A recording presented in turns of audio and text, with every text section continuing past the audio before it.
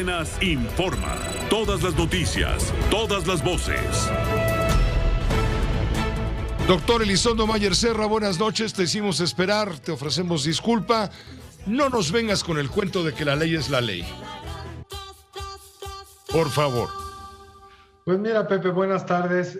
En efecto, eso fue lo que dijo hoy el presidente de la República al referirse al debate que está teniendo la Suprema Corte de Justicia respecto a si la ley de la industria eléctrica que aprobó esta administración en el 2020 es o no constitucional.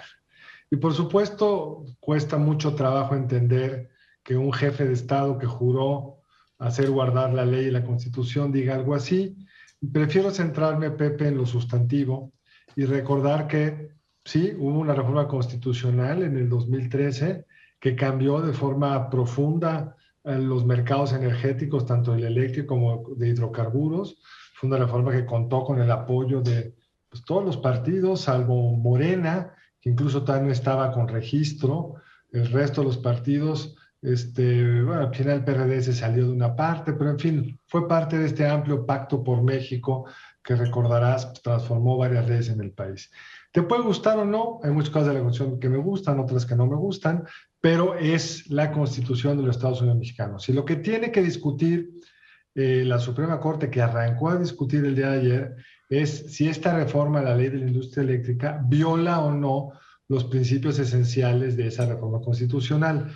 Técnicamente, según explican mis abogados, además es muy complicado que hay unos transitorios que no queda claro cuál es, o hay un debate de cuál es el peso constitucional de estos transitorios, pero la Constitución dice cosas como que habrá libre competencia en el mercado eléctrico, mientras que la ley de la industria eléctrica del presidente López Obrador hace que se conecten primero las plantas de la CFE y no como mandataba la ley anterior, que se conectaba primero el que tenía el costo marginal menor, con una serie de reglas, pero en competencia, cualquiera que cumpliera con esos requisitos se le conectaba primero, y es uno de los puntos torales. Va a ser muy difícil transmitir, sea cual sea el resultado, que se discutirá mañana, Pepe, qué es lo que realmente pasó. Porque tenemos una regla muy extraña, poco común, si no es que inexistente, que es una discusión sobre la constitucionalidad de esta ley. Participan los 11 ministros, pero para que sea declarada inconstitucional se necesita un voto de 8 ministros versus 3 que dirían es constitucional. Entonces puede quedar 7-4, hay mayoría, pero no se declara inconstitucional.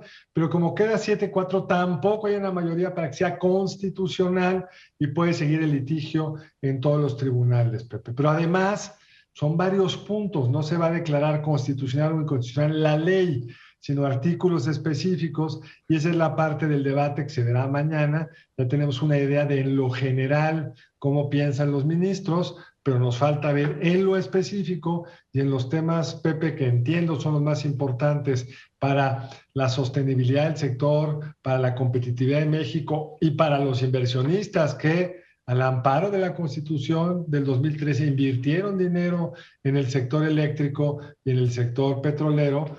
Es el de la conectividad, cuál es el orden de prelación, a quién conectas primero, y algunos otros temas que obligan a la competencia, como por ejemplo, de acuerdo a la Constitución, ese concepto de competencia y de acuerdo a la ley anterior, obliga a que la CFE, cuando compra electricidad así en bloque para luego distribuirnos a todos nosotros, pues tendría que hacerlo por subastas que aseguran que la CFE compre al menor precio y además pues con una claro componente de propiciar la transición energética de suerte tal que gastemos menos hidrocarburos y utilicemos más el sol y el aire, y la ley aprobada por Morena lo ve distinto. Entonces los ministros tienen que decidir si esa ley es constitucional o no respecto al principio de libre competencia. Y está el tema del derecho a un medio ambiente sano, y está por lo tanto la discusión de una serie de preceptos de la nueva ley que, a diferencia de la anterior, no priorizan claramente el uso prioritario de las energías limpias, Pepe. Pero hay muchos otros temas, va a ser una discusión larga y complicada, habrá que seguirla con detalle. Pues muchas gracias.